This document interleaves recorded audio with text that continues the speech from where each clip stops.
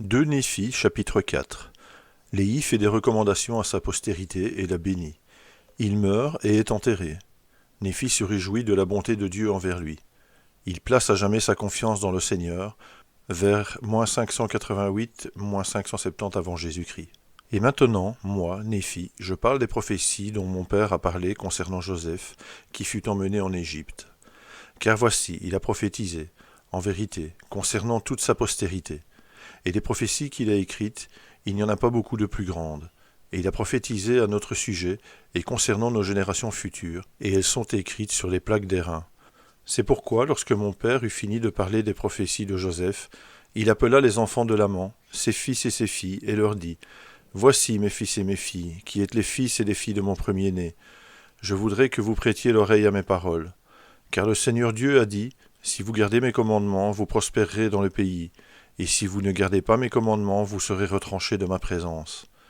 Mais voici, mes fils et mes filles, je ne peux pas descendre dans la tombe sans laisser une bénédiction sur vous. Car voici, je sais que si vous êtes élevés dans la voie que vous devez suivre, vous ne vous en écarterez pas. C'est pourquoi, si vous êtes maudits, voici, je laisse ma bénédiction sur vous, afin que la malédiction vous soit enlevée et retombe sur la tête de vos parents. C'est pourquoi, à cause de ma bénédiction, le Seigneur Dieu ne souffrira pas que vous périssiez. C'est pourquoi il sera miséricordieux envers vous et envers votre postérité à jamais. Et il arriva que lorsque mon père eut fini de parler aux fils et aux filles de l'amant, il fit amener devant lui les fils et les filles de Lémuel. Et il leur parla, disant : Voici, mes fils et mes filles, qui êtes les fils et les filles de mon deuxième fils. Voici, je vous laisse la même bénédiction que j'ai laissée aux fils et aux filles de l'amant. C'est pourquoi vous ne serez pas totalement détruits, mais à la fin votre postérité sera bénie. Et il arriva que lorsque mon père eut fini de leur parler, voici, il parla aux fils d'Ismaël, oui, et même à toute sa maison. Et lorsqu'il eut fini de leur parler, il parla à Sam, disant : Tu es béni, ainsi que ta postérité, car tu hériteras le pays comme ton frère Néphi, et ta postérité sera comptée avec sa postérité, et tu seras semblable à ton frère, et ta postérité semblable à sa postérité, et tu seras béni tous les jours de ta vie. Et il arriva que lorsque mon père Léhi eut parlé à toute sa maison, selon les sentiments de son cœur et l'esprit du Seigneur qui était en lui, il devint vieux, et il arriva qu'il mourut et fut enterré. Et il arriva que peu de jours après sa mort, l'amant et Lémuel et les fils d'Ismaël furent en colère contre moi, à cause des avertissements du Seigneur. Car moi, Néphi, j'étais contraint de leur parler selon sa parole, car je leur avais dit beaucoup de choses, et mon père aussi avant sa mort, choses dont beaucoup sont écrites sur mes autres plaques, car une partie plus historique est écrite sur mes autres plaques.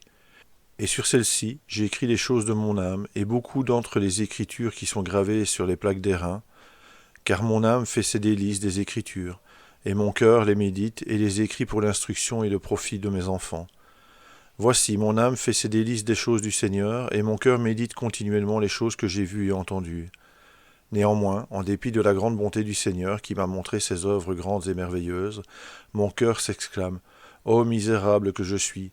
Oui, mon cœur est dans l'affliction à cause de ma chair, mon âme est dans la désolation à cause de mes iniquités. Je suis encerclé par les tentations et les péchés qui m'enveloppent si facilement. Et lorsque je désire me réjouir, mon cœur gémit à cause de mes péchés. Néanmoins, je sais en qui j'ai mis ma confiance. Mon Dieu a été mon soutien. Il m'a conduit à travers mes afflictions dans le désert, et il m'a préservé sur les eaux du grand abîme. Il m'a rempli de son amour, oui, jusqu'à ce que ma chair en soit consumée. Il a confondu mes ennemis jusqu'à les faire trembler devant moi. Voici, il a entendu mon cri le jour, et il m'a donné de la connaissance par les visions pendant la nuit. Et le jour, je me suis enhardi à des prières ferventes devant lui. Oui, j'ai élevé ma voix au ciel, et des anges sont descendus et m'ont servi. Et sur les ailes de son esprit, mon corps a été emporté sur des montagnes extrêmement hautes, et mes yeux ont vu de grandes choses, oui, trop grandes pour l'homme. C'est pourquoi il m'a été commandé de ne pas les écrire. Oh, alors, puisque j'ai vu de si grandes choses, puisque le Seigneur, dans sa condescendance pour les enfants des hommes, a visité les hommes avec tant de miséricorde, pourquoi mon cœur pleurerait-il et mon âme languirait-elle dans la vallée des larmes, et ma chair dépérirait-elle, et mes forces faibliraient-elles à cause de mes afflictions? Et pourquoi céderais-je au péché à cause de ma chair? Oui, pourquoi succomberais-je aux tentations? Pour que le malin ait place dans mon cœur, pour détruire ma paix et affliger mon âme? Pourquoi suis-je en colère à cause de mon ennemi? Éveille-toi, mon âme, ne languis plus dans le péché, Réjouis-toi, ô mon cœur, et n'accorde plus de place à l'ennemi de mon âme.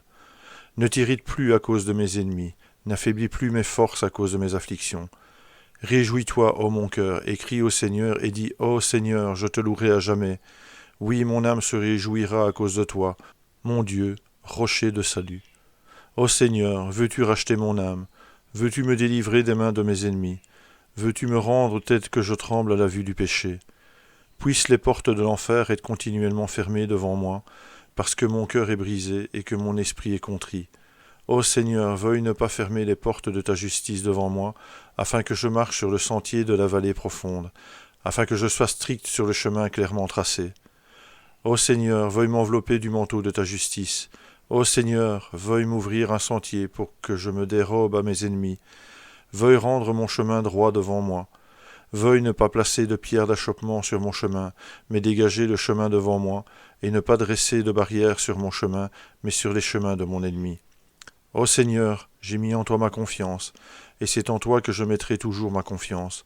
Je ne placerai pas ma confiance dans le bras de la chair, car je sais que celui qui place sa confiance dans le bras de la chair est maudit. Oui, maudit est celui qui place sa confiance dans l'homme, ou fait de la chair son bras. Oui, je sais que Dieu donne libéralement à celui qui demande. Oui, mon Dieu me donnera, si je ne demande pas mal. C'est pourquoi je lèverai ma voix vers toi. Oui, je crierai vers toi, mon Dieu, rocher de ma justice. Voici, ma voix montera à jamais vers toi, mon rocher et mon Dieu éternel. Amen.